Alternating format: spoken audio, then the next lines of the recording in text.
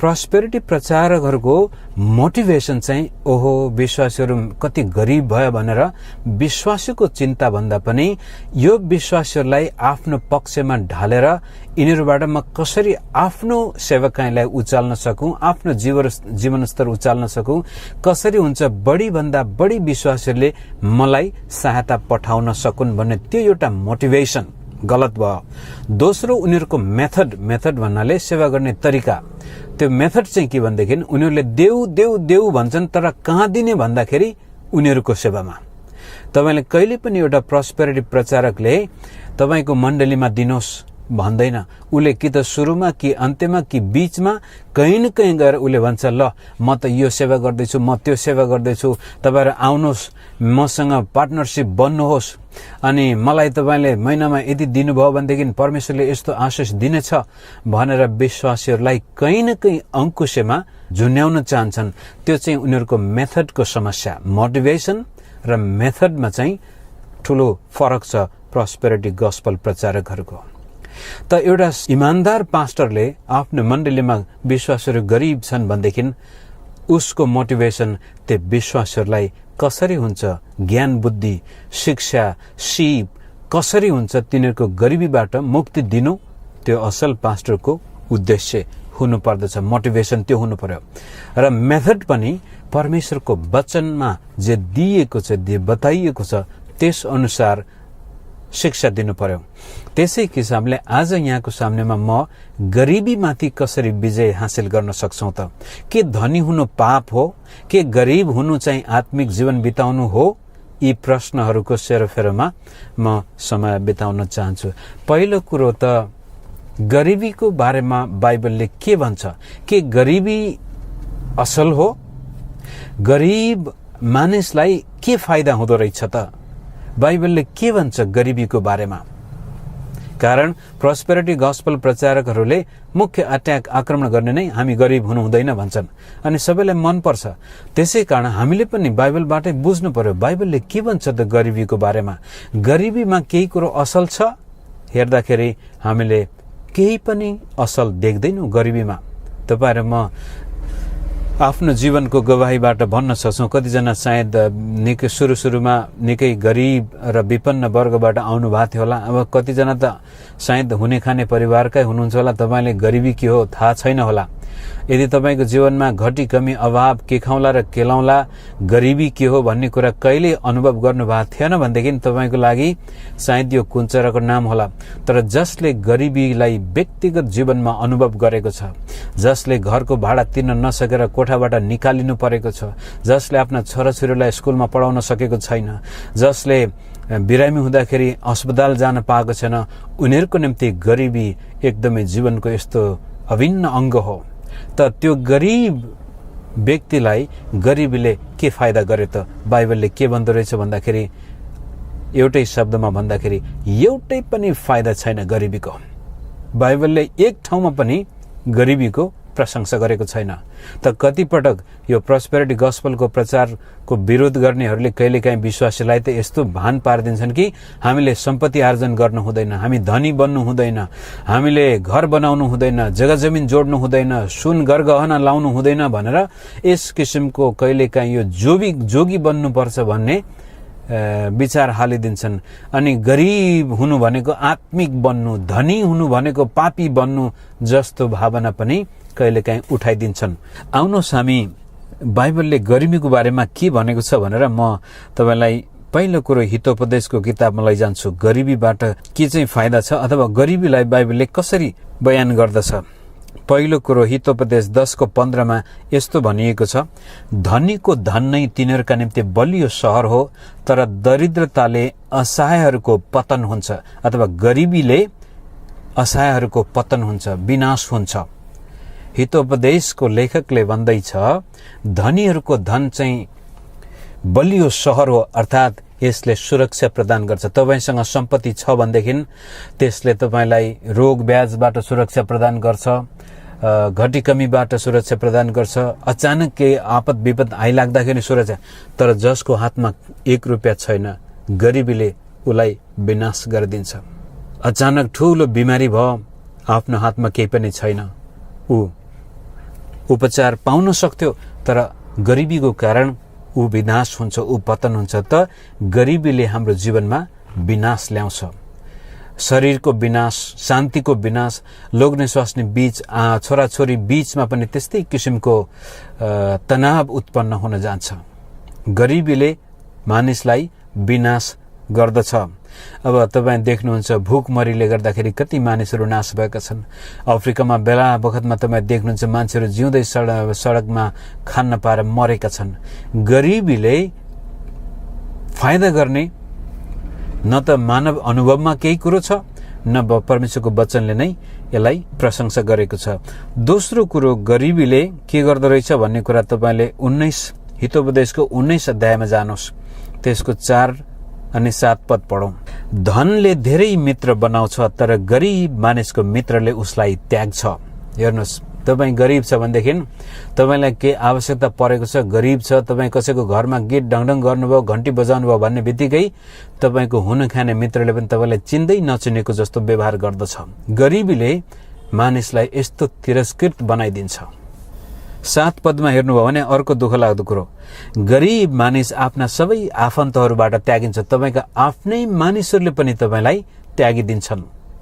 त्यसका मित्रले त झन् कति बेसरी त्यसलाई त्याग्लान्। त्यसले बिन्ती भाव गर्दै तिनीहरूका पछि लागे पनि तिनीहरू कहीँ फेला पर्दैनन्। जब मानिस गरिब हुन्छ, जब विपन्नताले उसलाई घेर्दछ, दरिद्रताले उसलाई चारैतिरबाट पर्खालभित्र राखिदिन्छ, उसका आफन्तहरू, नातेदारहरू पनि उसँग बोलचाल गर्न चाहँदैनन्। लाज लाग्छ उनीहरूसँग व्यवहार गर्नको लागि। मित्रहरूले त छोड्ने नै भए। यहाँसम्म कि नेपाली चलन अनुसार हाम्रो के छ भनेदेखि छोरा भएपछि छोराले पैसा कमाउनु पर्छ। अनि यदि केही गरी एउटा छोरा चाहिँ विद्वान छ, ऊ एउटा दार्शनिक बन्यो, ऊ निकै प्रख्यात शिक्षक बन्यो, तर गरिब छ भनेदेखि उसका आमा बाउले पनि उसलाई तिरस्कार गरिदिन्छन्। यो पागल भयो भन्छन्। यो धेरै पढेर मान्छे पागल हुन्छ भन्थे, यो पागलै भयो। तर जो भ्रष्ट छ, चोर छ, डाकु छ र पनि घरमा पैसा ल्यायो भनेदेखि त्यसलाई आमा बाबुले ओहो मेरो छोरा त कति राम्रो भनेर त्यस्तो चलन हाम्रो छ। रुपियाँ पैसा हुने बित्तिकै चोर छोरा पनि साह्रै ठुलो, तर यदि उसको हातमा रुपियाँ पैसा छैन भने एउटा विद्वान छोरा पनि कुलङ्गार। त्यो हाम्रो संस्कृति छ। त बाइबलले पनि यस्तै किसिमले भन्दैछ, यदि कोही गरिब छ भनेदेखि उसका मित्रले पनि त्याग्छन्, उसका आफन्तहरूले पनि त्यागिदिन्छन्। कतिपटक त यस्ता लोग्ने स्वास्नी पनि देखिए, श्रीमतीले जब लोग्नेले भनेको कुरो पुर्याएन भने छोडेर जान्छ। श्रीमान श्रीमती बीचमा विवाह विच्छेद पनि हुन जान्छ गरिबीको कारण। पहिलो कुरो गरिबीले विनाश ल्याउँछ। दोस्रो कुरो यसले हामीलाई तिरस्कृत बनाइदिन्छ, समाजबाट बहिष्कृत, साथीहरूबाट बहिष्कृत, आफन्त घर परिवारबाट पनि बहिष्कृत। यो जीवन कसलाई मन पर्छ र? तेस्रो कुरो हितोपदेशकै 22 अध्यायमा जानुहोस्, त्यसको 7 पद हेर्नुहोस्। धनीले गरिबमाथि प्रभुत्व जमाउँछ र ऋण लिने चाहिँ ऋण दिनेको नोकर हुन्छ। प्रभुत्व, सबजुगेसन के भन्छ, नोकर बनाइदिन्छ। गरिबीले गर्दाखेरि आज कति साना साना नानीहरू अर्काको घरमा कमलरी भएर बसेका छन्। कुन आमा बाबुलाई रहर लाग्छ र आफ्नो 7-8 वर्षको 10-12 वर्षका छोराछोरीहरू अर्काको घरमा भाँडा माझ्न पठाउनको लागि? गरिबीले गर्दाखेरि त्यो अवस्था आएको हो। धनीहरूले गरिबमाथि प्रभुत्व जमाउँछन्। आज नेपाल देश गरिब भएको कारण भारतले जे चाहे त्यही गर्न सक्छ। हिजो अब यदि भोलि नेपाल सुसम्पन्न धनी देश हुन्थ्यो भनेदेखि जतिसुकै सानो देश भए पनि मानिसहरू हजुर भनेर हात जोडेर आउँदथे। इजरायल देश नेपालभन्दा कयौं गुणा सानो छ तर शक्तिशाली छ, धनी छ, जसले गर्दाखेरि भारत जस्ता देशहरू पनि हात जोडेर इजरायलको चरणमा जान्छन्, सुरक्षा प्रदान गरिदिनुहोस् हामीलाई पनि भनेर। त गरिबीले हामीलाई नोकर बनाइदिन्छ, दास बनाइदिन्छ। यसमा केही फाइदा छैन। त कसैले तपाईलाई आएर हैन गरिब हुनु भनेको आत्मिक हो, गरिब भनेको परमेश्वरलाई खूब मनपर्ने व्यक्ति हो भन्नुहुन्छ भनेदेखि त्यसले वास्तवमा गरिबी के हो त्यसले जानेको छैन, बुझेको छैन। अर्को एउटा गरिबीबाट हुने समस्या तपाईँ उपदेशकको किताबमा जानुहोस्, त्यसको 9 अध्यायमा उपदेशक 9को 13बाट 16सम्म पढौं। मैले सूर्यमुनि बुद्धिको पनि एउटा नमुना देखे जसले मलाई साह्रै प्रभावित पार्यो। एकपल्ट थोरै बासिन्दा भएको एउटा सानो शहर थियो, त्यसलाई शक्तिशाली राजाले आक्रमण गरे। तिनले त्यसलाई घेरेर त्यसको चारैतिर घेरा मचान बनाए। त्यस शहरमा एउटा गरिब तर बुद्धिमान मानिस थियो र त्यसले आफ्नो बुद्धिले त्यो शहर बचायो, तर त्यस गरिब मानिसलाई कसैले सम्झेन। तब मैले भने बलभन्दा बुद्धि श्रेष्ठ हो, तर त्यस गरिब मानिसको बुद्धिको अवहेलना भयो र त्यसको वचनको केही वास्ता छैन। अब यहाँनिर हेर्नुहोस्, एउटा सानो शहर थियो, सानो गाउँ थियो, शक्तिशाली राजाले त्यसलाई आक्रमण गरिरहेको थियो, तर एउटा बुद्धिमान व्यक्तिको कारण त्यो शहर बाँच्दछ। तर त्यो बुद्धिमान गरिब भएको कारण उसको बुद्धिको वास्ता गरिएन, उसलाई हेला गरियो र मान्छेले बिर्सिहाले पछि। त्यो एउटा दुःखलाग्दो पक्ष अहिले तपाईँ नेपालका चर्चहरूमा पनि देख्नुहुन्छ भनेदेखि नेपालमा सबभन्दा ठुलो पास्टर को भन्ने बित्तिकै जो धेरै धनी छ। नेपालमा सबैभन्दा शक्तिशाली प्रचारक को भन्दाखेरि जो एकदमै टाइम फुई गर्न सक्छ, तडक भडक गर्न सक्छ, देश विदेश घुम्न सक्छ, महँगा महँगा गाडी ठुल्ठुला घर बनाएको छ भने नेपालको ठुलो पास्टर थियो। तर राम्रो वचन प्रचार गर्ने, दुःख गरेर सेवा गर्ने प्रभुका दास दासीहरू थुप्रै छन्, तर तिनीहरूलाई कसैले टेर्दैनन् गरिबीको कारण। यो मिसनको नाममा झुट बोलेर मैले अस्तिको हप्ता पनि भने प्रोस्पेरिटी गस्पलको समस्या चाहिँ यो नेपालमा चाहिँ यो सोसियल मिडियाको आगमनपछि आयो। त्योभन्दा पहिला यो मिसनको नाममा ठगेर पैसा कमाउँथे नेपालका धेरै पास्टरहरू भने आज त्यो ठग्न नपाएको कारण विश्वासीहरूलाई ठग्न थालेका छन्। अब नयाँ तरिका र यस किसिमले जब विश्वासीहरूबाट ठगेर टाइम फुई लायो, त्यो पास्टरले हातमा पनि त्यो झन् 1-1.5 लाख पर्ने घडी लागेको छ, सुनले त्यो औँलाहरू भरिएका छन्, चस्मा पनि त्यो 30-35 हजार पर्ने लागेको छ भने त्यसले प्रचार गर्दाखेरि त विश्वासहरू पनि मक्ख हुन्छन्। त्यसपछि ओहो यो त स्वर्गबाट आएको रहेछ। तर एउटा साधारण माथि कता यो नुवाकोट झारलाङतिरबाट आएका प्रभुका दासले प्रचार गर्यो भने त्यस्तै फाटेको चप्पल लाछ, झोला बोकिया छ, त्यो पनि झोला पनि मैला न मैला छ, तर वचन चाहिँ गजब राम्रो प्रचार गरे पनि विश्वासीले सुन्दैनन्। यो एउटा दुःखलाग्दो पक्ष। विद्वानको बुद्धि पनि कदर गरिँदैन सम्पत्तिको अभावको कारण। त्यसै कारण त मैले सुरुमै भने एउटा विद्वान छोरा छ, पैसा कमाउँदैन भनेदेखि आमा बाबुले नै त्यसलाई कुपुत्र भन्छन्। तर एउटा दुष्ट छोरा छ, चोर र डाका हो, तर पैसा कमाएर ल्याउँछ भनेदेखि त्यो चाहिँ साह्रै राम्रो छोरा बनिन्छ। यस्तो स्थिति छ गरिबीको। अर्को एउटा पद पढ्छु म हितोपदेशमै, हितोपदेश 30 अध्यायको 7देखि 9 पद पढे। हेरौँ, म तपाईसँग 2वटा कुरा माग्दछु, हे परम प्रभु, म मर्न अघि ती मबाट इन्कार नगर्नुहोस्। असत्यता र झुट कुरा मबाट टाढै राख्नुहोस्। न त मलाई दरिद्रता न धन सम्पत्ति दिनुहोस्, तर मलाई केवल दिनको रोटी दिनुहोस्। अन्यथा मसँग धेरै भएकोले म तपाईँलाई इन्कार गरूला र परमप्रभु को हो र भनुला, अथवा म गरिब भएकोले चोरी गरूला र परमप्रभु मेरा परमेश्वरको नाउँ अपमानित पारूला। यहाँनिर पनि अर्को एउटा गरिबीको दुःखलाग्दो पक्ष चाहिँ के छ भनेदेखि उसले भन्छ, हे परमेश्वर, मलाई यस्तो गरिब नबनाउनुहोस् जसको कारण म चोर बन्नु परोस्। यदि म चोर भए भनेदेखि प्रभु तपाईँको नाउँ बदनाम हुनेछ। र मलाई यस्तो प्रशस्तै फालाफाल एकदमै अति नै पनि नदिनुहोस् ताकि म अहंकारी बनौला र परमेश्वरलाई नै इन्कार गरूला।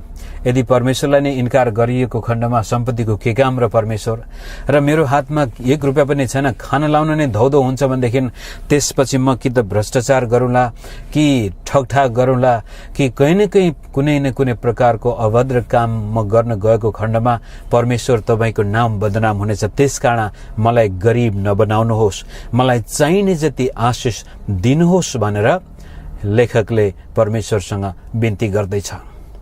त मित्रहरू, म थुप्रै अरू ठाउँमा पनि जान सक्थे, तर एउटा कुरो तपाईँको मगजमा हाल्न चाहन्छु, अनि त्यो के भनेदेखि गरिबीले कहिले पनि मानिसलाई फाइदा गर्दैन।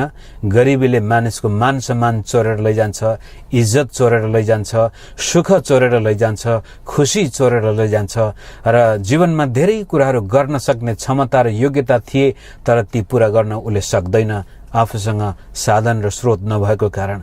यसै कारण हामी ख्रीष्ट येशूमा विश्वास गर्ने व्यक्तिहरूले यो निश्चित रूपले विश्वास गर्नुपर्छ कि मलाई परमेश्वरले आशिष दिनुपर्छ, मेरो गरिबीबाट मैले छुटकारा पाउनुपर्छ भन्ने एक किसिमको त्यो विश्वास चाहिँ हामीमा आउनुपर्छ।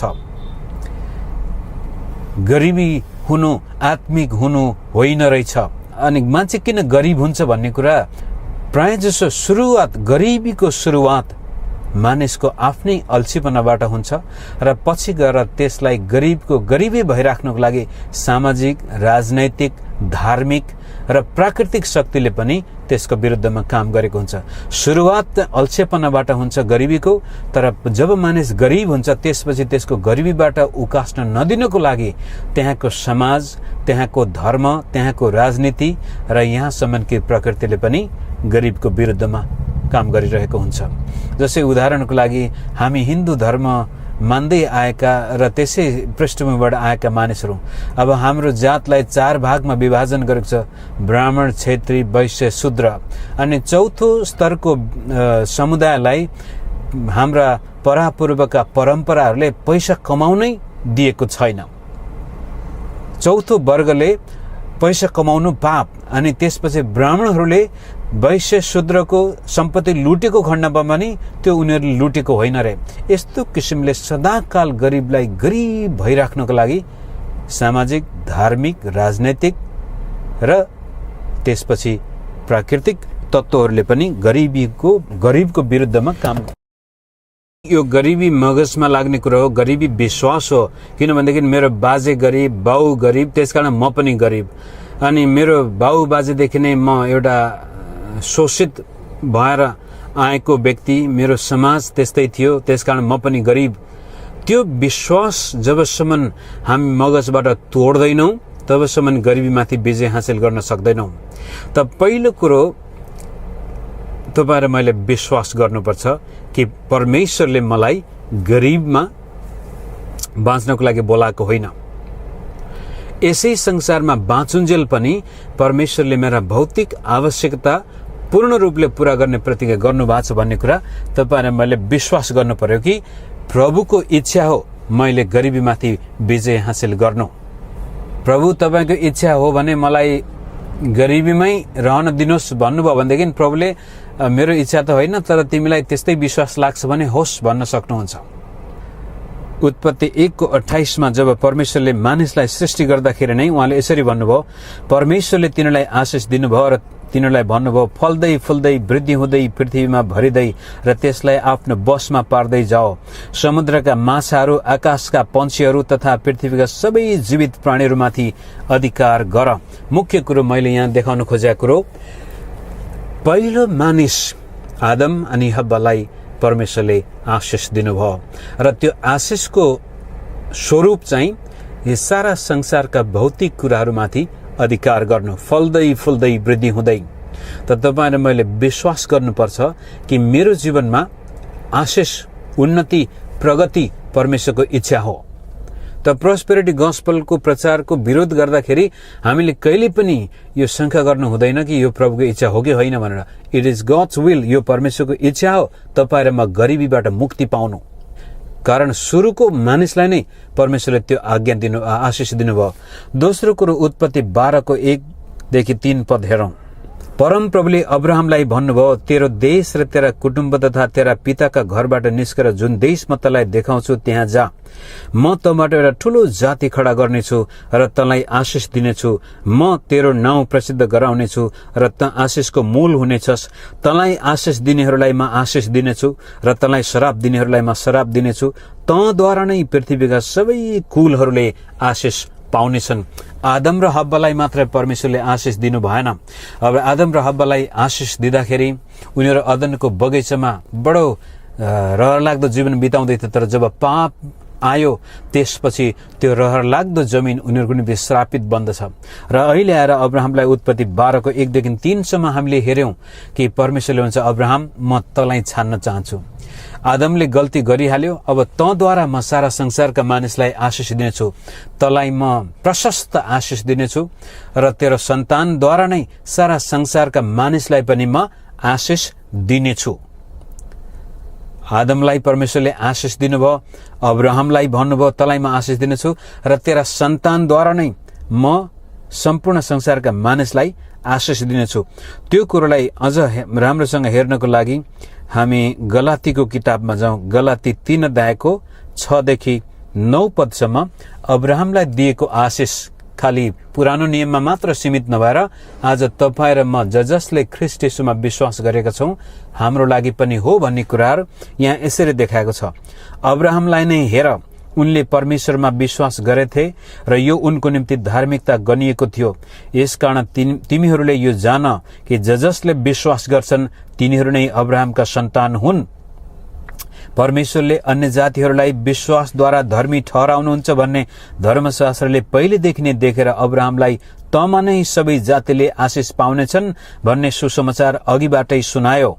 यसकारण विश्वास गर्ने मानिसहरूले विश्वासी अब्राहमसँगै आशिष पाएका छन्। यो आशिष भन्ने शब्द गरिबीबाट मुक्ति यसैभित्र लुकेको छ, रोगबाट चंगाई पनि यसैभित्र लुकेको छ र शत्रुताबाट पनि विजयता हासिल, शत्रुमाथि विजय हुने कुरा पनि यसैमा लुकेको छ। जब जब तपाईं अब्राहमको आशिष भन्नुहुन्छ र व्यवस्थाको श्राप भन्नुहुन्छ, व्यवस्थाको आशिष भन्नुहुन्छ भने त्यसभित्र तीनटा कुराहरू लुकेका हुन्छन्। एउटा रोग ब्याज, दोस्रो गरिबी, तेस्रो शत्रुता अथवा बन्धन, कैदमा जाने कुराहरू आउँदछ। र यहाँनिर के भनिएको छ 9 पद, यसकारण विश्वास गर्ने मानिसहरूले विश्वासी अब्राहमसँगै आशिष पाएका छन्। त यो तपाईँ र मैले निश्चित रूपले जान्नु पर्यो कि गरिबी परमेश्वरको इच्छा होइन, आशिष परमेश्वरको इच्छा हो। त हामी निधारको पसिनाबाट पेट पाल्दैनौं, हामी परमेश्वरको आशिषबाट पेट पाल्दछौं। निधारको पसिना एकदमै कडा परिश्रम गर्नुपर्ने, ढुङ्गा फुटाउनु पर्ने, हड्डी फुटाएर दाँत फुटाएर जीविकोपार्जन गर्नु परमेश्वरको इच्छा होइन। त्यो त आदमलाई दिएको श्राप नै हो।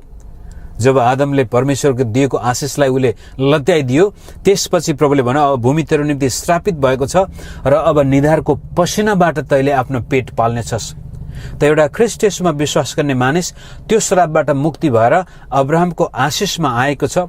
अब उले चाहिँ एकदमै पसिना बगाएर खाली रोटीको लागि मात्र जीवन बिताउँदैन। त्यो विश्वास हामीले गर्नु पर्यो पहिला कि परमेश्वरले मलाई व्यवस्थाको श्रापबाट मुक्ति दिइसक्नु भएको छ। म अब विश्वासी अब्राहम जस्तै आशिषित भएको छु, किनभने गलाती 3:9 पदमा स्पष्ट भनिएको छ म अब्राहम जस्तै आशिषित व्यक्ति भएको छु, किनभने विश्वासद्वारा म अब्राहमको सन्तान भएको छु। र तपाईहरु जसको आफ्नो व्यवसाय छ, जब पैसा कमाउनु भएको छ, तपाईलाई प्रशस्त खाना लाउनु पुगेछ भनेदेखि त्यहाँनिर विश्वास गर्नुहोस् यो तपाईले आफ्ना सारा मेहनत गरेर परिश्रम गरेर नभएर परमेश्वरको अनुग्रह र आशिषबाट हो। भने जसको खाना लाउन धौधौ छ, एकदमै नाजुक स्थिति छ भनेदेखि त्यस्तो व्यक्तिले पनि अब विश्वास गर्नु पर्यो कि मलाई यस्तो स्थितिमा बसिरहनु आवश्यक छैन, मलाई त अब्राहम सँगसँगै परमेश्वरले आशिष दिइसक्नु भएको छ भनेर त्यो विश्वास तपाईमा हुनुपर्छ। जसरी हामी हाम्रा पापबाट विश्वासद्वारा मुक्ति पाउँदछौं त्यस्तै किसिमले गरिबीबाट मुक्ति पाउन पनि हामीलाई विश्वासको आवश्यकता पर्दछ। कुनै यो फलिफापको प्रचार गर्ने पास्टरलाई भेटी पठाएपछि हामीले गरिबीबाट मुक्ति पाउने होइन, तर परमेश्वरको इच्छामाथि विश्वास गरेर हो प्रभु तपाईको इच्छा, म पापमा मरेर नरक गएको थिएन, त्यसै कारण तपाईले मलाई मुक्ति दिन यीशु पठाउनु भएको छ। त्यसरी नै प्रभु मेरो यो व्यवस्था र आदमबाट आएको श्रापबाट मुक्ति दिन पनि तपाईले मलाई अब्राहम सँगसँगै अब्राहम जस्तै आशिषित जीवन दिनको लागि इच्छा गर्नुभएको छ भन्ने कुरामा पहिलो कुरो विश्वास त्यसमा हुनु पर्यो। दोस्रो कुरो येशू ख्रीष्टले यो काम गरिसक्नु भएको छ भन्ने कुरामा विश्वास गर्नु पर्यो। आज म कसरी अब्राहम जस्तै आशिषित बने त, म कसरी आदम जस्तै आशिषित बने त, म कसरी योसेफ जस्तै आशिषित बने त भनेर प्रश्न गर्नुहोस् र त्यसपछि जवाबमा भन्नुहोस्, किनभने ख्रीष्ट येशूले मेरो निम्ति मेरा सारा गरिबी मबाट उठाइसक्नु भएको छ भन्ने कुरा ख्रीष्ट येशूले गरेको काममा विश्वास गर्नुहोस्। कुनै प्रचारकमाथि विश्वास नगर्नुहोस्, कुनै व्यक्तिले भनेको छ रे अथवा कसैले तपाईको शिरमाथि हात राखिदिएर तपाई गरिबीबाट छुटकारा हुने होइन, तर ख्रीष्ट येशूले तपाईहरुको लागि के गर्नुभएको छ त्यसमाथि विश्वास गर्नुहोस्। त्यसलाई अब गलातीकै किताबको त्यसै 3 अध्यायको 13 र 14 पद हेर्नुहोस् त। हाम्रा निम्ति श्राप बनेर ख्रिस्टले हामीलाई व्यवस्थाको श्रापबाट मोल तिरेर छुटाउनु भयो, किनकि काठमा झुन्डिने हरेक श्रापित हुन्छ भन्ने लेखिएको छ। उहाँले हामीलाई मोल तिरेर छुटाउनु भयो ताकि अब्राहमलाई दिइएको आशिष ख्रिस्ट येशूद्वारा अन्य जातिहरूमा आओस् र हामी विश्वासद्वारा प्रतिज्ञाका पवित्र आत्मा प्राप्त गर्न सकौं। अब हेर्नुहोस्, किन गरिबीको श्रापबाट मुक्त हुन भएका छौं त भन्ने कुरा ख्रिस्ट येशूले त्यो श्राप आफूमा हाम्रो लागि बोकिसक्नु भएको छ। जसरी उहाँ हाम्रो लागि पाप बन्नुभयो ताकि हामी उहाँको धार्मिकता बन्न सकौं, त्यस्तै किसिमले ख्रिस्ट येशूले व्यवस्थाको श्राप, आदमको श्राप र हामीले आफैले गरेका पापबाट आएको श्राप पनि बोकिसक्नु भएको कारण अब चाहिँ हामीलाई अब्राहमलाई दिएको आशिष येशू ख्रिस्टले दिइसक्नु भएको छ। व्यवस्थाको श्रापबाट मोल तिरेर छुटाइसक्नु भएको छ। अब चाहिँ तपाईँ र म गरिब भएर बस्नु आवश्यक छैन। फेरि म भन्छु, गरिबी पकेटमा, ब्याङ्कमा, खेतीपातीमा लाग्दैन। तपाईँ र मेरो सोचमा, विचारमा लाग्छ, विश्वासमा लाग्छ। यदि म गरिब हुँ, म त मसँग खाने पनि छैन, लाउने पनि छैन, त्यही कुरो बोलिराख्छु भनेदेखि त्यस्तै हुन जानेछ। तर म विश्वास हुनसक्छ घरमा तपाईँको एक माना चामल पनि नहुन सक्छ, र पनि तपाईँले बाइबल पल्टाउनु भयो र प्रार्थना गर्न जानुभयो, परमेश्वरसँग भन्नुभयो, प्रभु धन्यवाद, तपाईँले मलाई गरिबीको श्रापबाट मोल तिरेर छुटाइसक्नु भएको छ। येशू ख्रिस्ट मेरो निम्ति श्राप बन्नुभएको कारण आज मलाई यो गरिबीमा बाँच्नु परेको छैन। हो, मसँग खाने लाउने अहिले प्रशस्तै नहोला, तर म गरिब हुँदै होइन, म प्रशस्त आशिष पाएको अब्राहमको सन्तान हुँ भन्ने तथ्यमा विश्वास गर्नुपर्छ। जबसम्म विश्वासीहरूमा त्यो विश्वास उत्पन्न हुँदैन, बाहिर परिस्थिति कहिले पनि परिवर्तन हुँदैन मित्रहरू।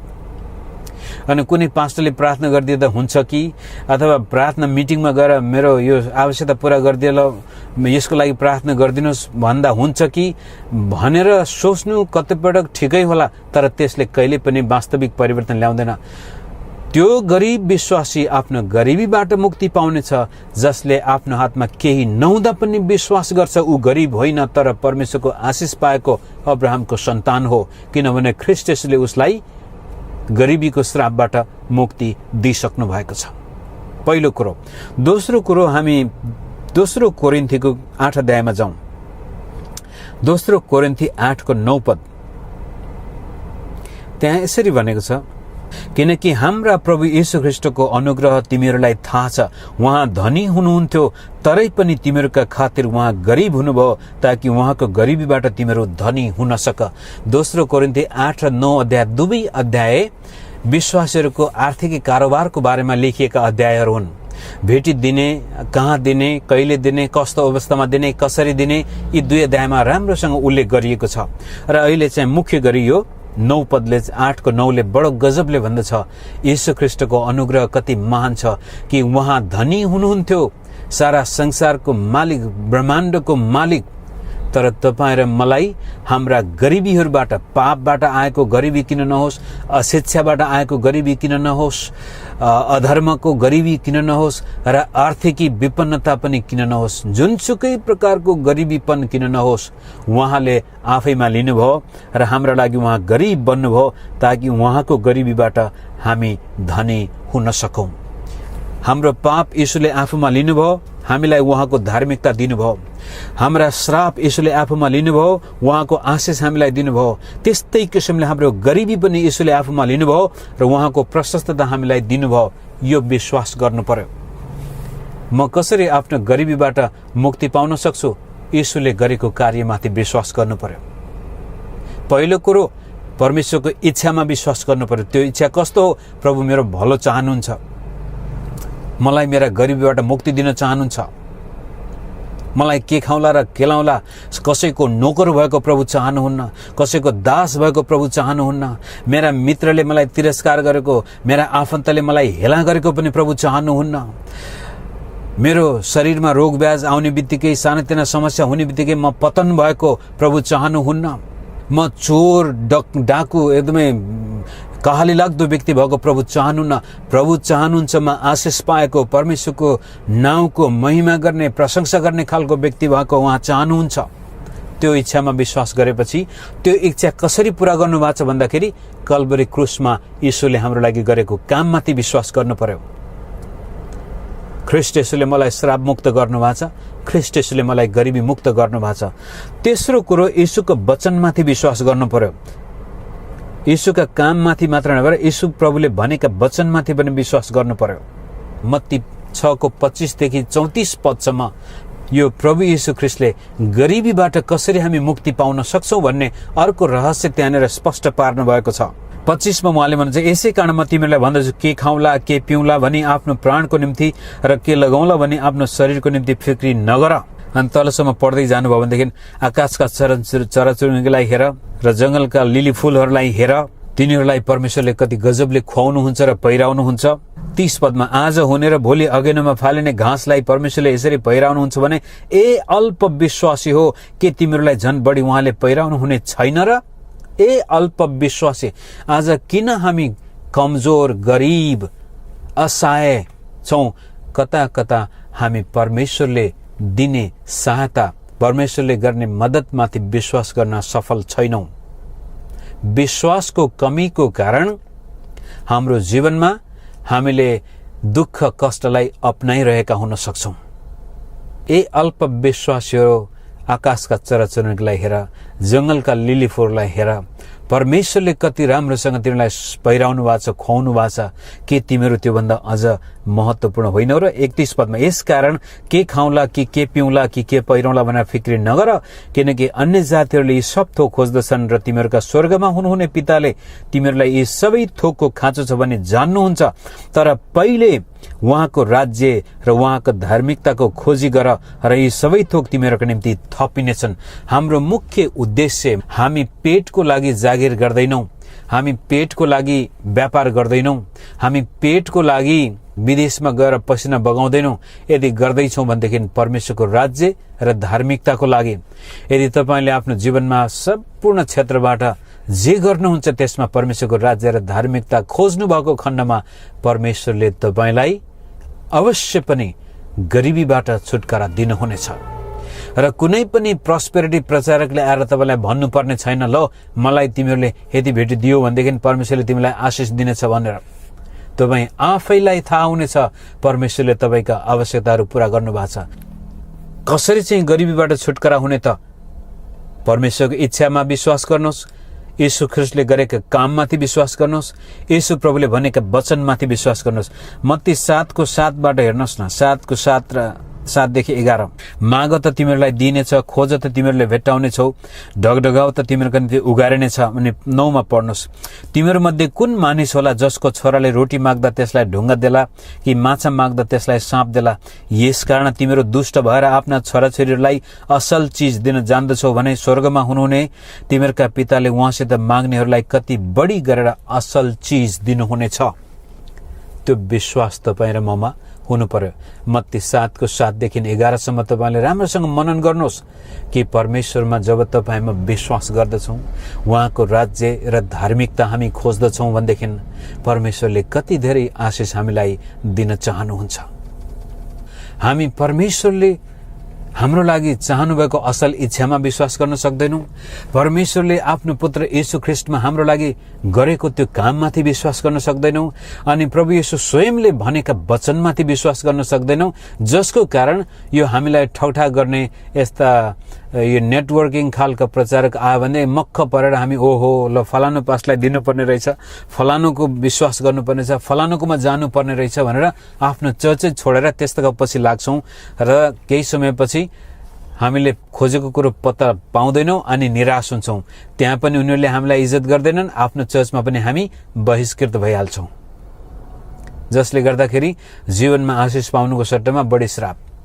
त यदि तपाईँ म कोही यो वचन सुन्दै हुनुहुन्छ, यदि तपाईले यसलाई अनलाइनमा राख्नु भएको छ अथवा के गर्नु भएको छ मलाई थाहा छैन, जहाँसुकै यो वचन सुन्दै हुनुहुन्छ, परमेश्वरको इच्छा हो तपाईँ गरिबीबाट मुक्त हुनु। तर त्यो गरिबीबाट मुक्त हुने तरिका कल्भरी क्रुसमा येशू ख्रीष्टले गरेको काममाथि हामीले विश्वास गर्नु पर्यो अनि ख्रीष्टले बोलेको वचनमाथि विश्वास गर्नु पर्यो, न कि कुनै एउटा धामी झाँक्रे जस्तो पास्टर प्रचारकमाथि। अनि यूहन्नाकै किताबमा 14, 15, 16 अध्याय तपाईले हेर्नुभयो भनेदेखि धेरै ठाउँमा प्रभुले भन्नुभएको छ, तिमीहरू ममा रह्यौ र मेरा वचन तिमीहरूमा रहे, तिमीले एक अर्कालाई प्रेम गर्यौ भनेदेखि तिमीहरूलाई जे इच्छा लाग्छ माग र सो तिमीहरूका निम्ति गरिनेछ। विश्वास गर्न सक्छौ प्रभुको वचनमाथि? एउटा पास्टरले अहिले आएर मैले त हिजो राति सपनामा तपाईँको बारेमा यस्तो सपना देखेको थिएँ, तपाईँले पश्चाताप गर्नुहोस् भन्ने बित्तिकै रोई रोई पश्चाताप गर्न तयार हुन्छौँ।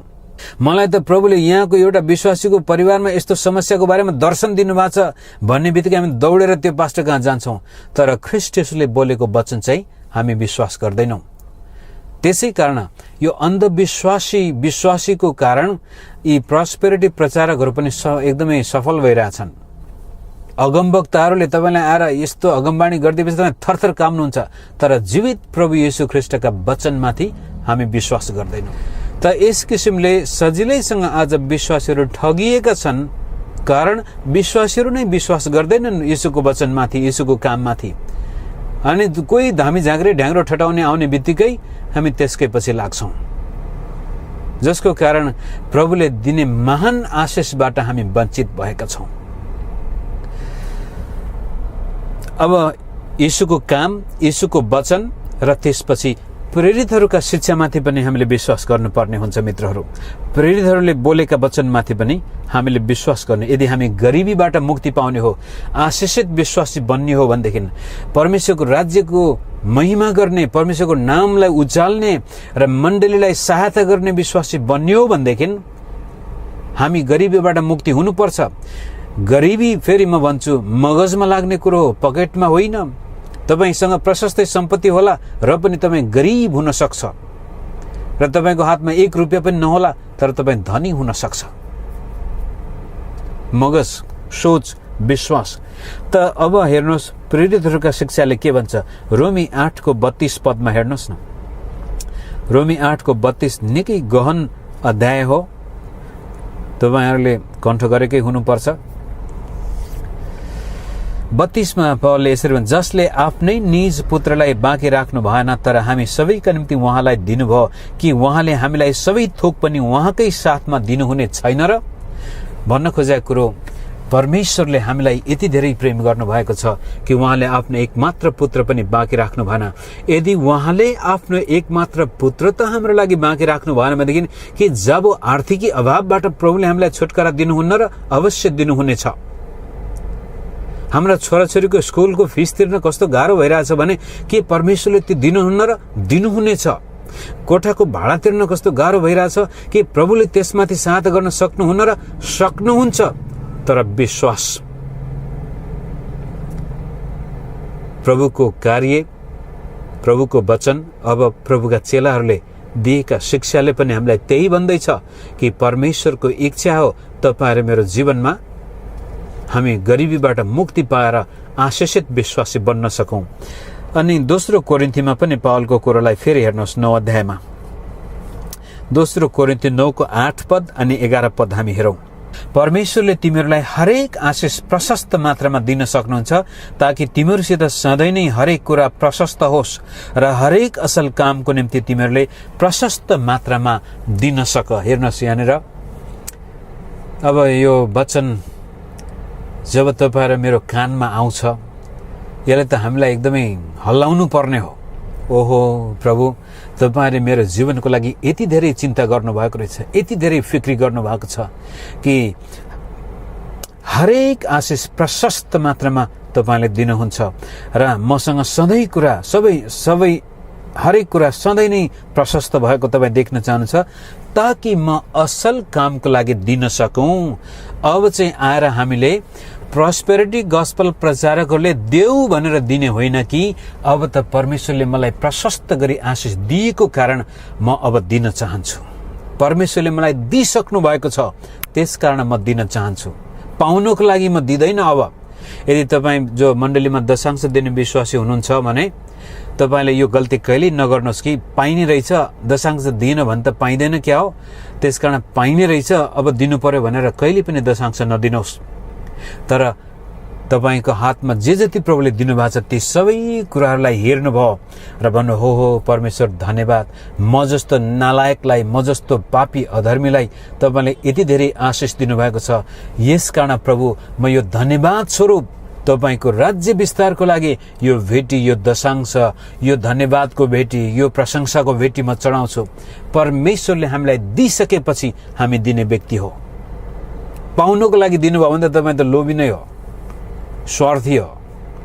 परमेश्वरलाई घुस दिएर हामी कहिले पनि पाउँदैनौँ, तर धन्यवादी भएर दिएको खण्डमा परमेश्वरले हाम्रो जीवनमा अझ बढी काम गर्नुहुन्छ। 11 पद हेर्नुहोस् त्यसैको, दोस्रो कोरिन्थी 9:11 तिमीहरूको ठूलो उदारताको निम्ति हरेक कुरामा तिमीहरू धनी तुल्याइने छौ, जुन उदारताले हामीद्वारा परमेश्वरमा चढाइने धन्यवाद उत्पन्न गराउनेछ।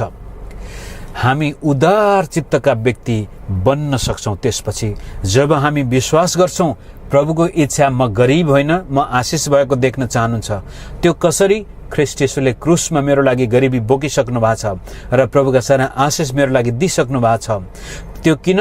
प्रभुको वचनले नै भन्छ कि मैले उहाँको राज्य र धार्मिकता खोजेको खण्डमा मलाई खाना लाउन र मलाई मेरा आधारभूत भौतिक आवश्यकताहरू प्रभुले पूरा गर्नुहुन्छ। अनि परमेश्वरका दास दासीहरूले लेखेका वचनले पनि भन्छ कि उहाँले आफ्नो एकमात्र पुत्र त बाँकी राख्नु भएन भनेदेखि उहाँले के मलाई असल चिज दिनुहुने छैन र दिनुहुनेछ। त्यसै कारण म पनि अब दिन चाहन्छु। म उदार चित्तको व्यक्ति बन्न चाहन्छु। लोभी मानिसले कहिले पनि दिन मन पराउँदैन, उसलाई पाउन मात्रै मन लाग्छ। त्यो लोभको कारण उसले परमेश्वरबाट प्रशस्तता पनि पाउँदैन।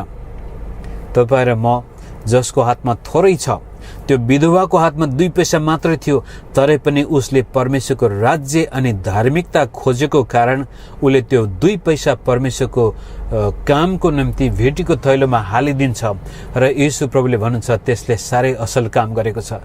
त्यस्तै किसिमले तपाईँ र मेरो जीवनमा परमेश्वरले दिनुभएका आशिषहरूलाई हेरेर त्यसकारण धन्यवादी भएर हामी दिन्छौं भनेदेखि परमेश्वरले अझ बढ्ता गरी हामीलाई दिनुहुनेछ। हितोपदेशकै किताबले भन्दछ उदार चित्तले दिने मानिस कहिल्यै गरिब हुँदैन। हामीले गरिबीलाई मार्नु छ भनेदेखि हामीले दिन सक्नुपर्छ। जब हामी केही कुरा हात खोलेर दिन्छौं त्यसपछि परमेश्वरले अझ बढ्ता गरी हामीलाई दिनुहुन्छ, त्यसमा कुनै शंका छैन। तर तपाईँ र मैले धर्म कर्म गरेको कारण होइन, विश्वास गरेको कारण। परमेश्वरको इच्छामा विश्वास, प्रभु येशूको काममाथि विश्वास, प्रभु येशूका वचनमाथि विश्वास र प्रेरितहरूका शिक्षामाथि विश्वास, जीवित परमेश्वरको वचनमा विश्वास गरेको कारण प्रभुले आफ्नो वचन हाम्रो जीवनमा पूरा गर्नुहुनेछ। फिलिप्पी 4:19 पदमा तपाईले हेर्नुभयो भने त्यहाँ पनि पावलले भन्छ मेरा परमेश्वरले तिमीहरूका सबै आवश्यकताहरू पूरा गर्नुहुनेछ। विश्वास गर्नुहोस् प्रेरितहरूले सिकाएका शिक्षाहरूमा पनि। अनि तेस्रो यूहन्नाको 2 पदले पनि भन्छ म प्रार्थना गर्दछु, गायसको निम्ति गरिएको प्रार्थना हो, म प्रार्थना गर्छु गायस तिम्रो आत्मामा जसरी वृद्धि हुँदैछ त्यस्तै किसिमले तिम्रो शरीरमा पनि प्रभुले चंगाइदिनु भएको होस् र तिम्रो हातको काममा, तिम्रो आर्थिक कुराहरूमा परमेश्वरले फलिफाप दिनु भएको होस् भनेर प्रेरित यूहन्नाले गायसको निम्ति प्रार्थना गरेको छ। त्यस्तै किसिमले तपाईँ र मैले आफ्नै लागि पनि प्रार्थना गर्न सक्छौं। परमेश्वर जसरी म तपाईको राज्य र धार्मिकताको खोजी गर्दैछु त्यस्तै किसिमले तपाईँ र मेरो आर्थिक कुराहरूमा विकास दिनुहोस्, उन्नति ल्याउनुहोस्, मेरो शरीरमा चंगाई ल्याउनुहोस् र त्यस किसिमले आज तपाईँ र मेरो जीवनमा परमेश्वरले दिने यी महान आशिषहरू आफ्ना बनाउन सक्छौं। तर यदि प्रभुको वचनमा ध्यान दिएनौं, प्रभुले गरेका कार्यमाथि विश्वास गरेनौं, प्रभुको इच्छालाई पनि हामीले बुझेनौं भनेदेखि अनि त्यसपछि कहिले प्रोस्पेरिटी गस्पल प्रचारकका शिकार हामी बन्छौं, कहिले पॉवर्टी गस्पलका प्रचारकका शिकार हामी बन्छौं, कहिले यतातिर कहिले उतातिर त्यो बतासले यता उता हुत्याइएको त्यो पतंगर जस्तै मात्रै हुन्छौं। हामी कसरी गरिबीमाथि विजय हासिल गर्न सक्छौं? बाइ फेथ, विश्वासद्वारा। जसरी हामीले पापबाट मुक्ति विश्वासद्वारा पायौं त्यस्तै किसिमले हाम्रो कमी कमजोरी गरिबीबाट पनि विश्वासद्वारा नै मुक्ति पाउँछौं। विश्वास केमा गर्ने? परमेश्वरको वचनमाथि। अनि त्यो वचनले के भन्छ? यो प्रभुको इच्छा हो। त्यो वचनले के भन्छ? ख्रीष्ट येशूले हाम्रा गरिबी बोकिसक्नु भएको छ। त्यो वचनले के भन्छ? ख्रीष्ट येशू हाम्रो जीवनका सबै आशिष दिनको लागि तयार हुनुहुन्छ, प्रशस्त मात्रामा आशिष दिन तयार हुन्छ, ताकि त्यसबाट हामी पनि अब दिन सकौं, बल्ल त्यसपछि उदार चित्तको हामी बन्न सकौं र आफ्नो लागि स्वर्गमा सम्पत्ति थुपार्न सकौं।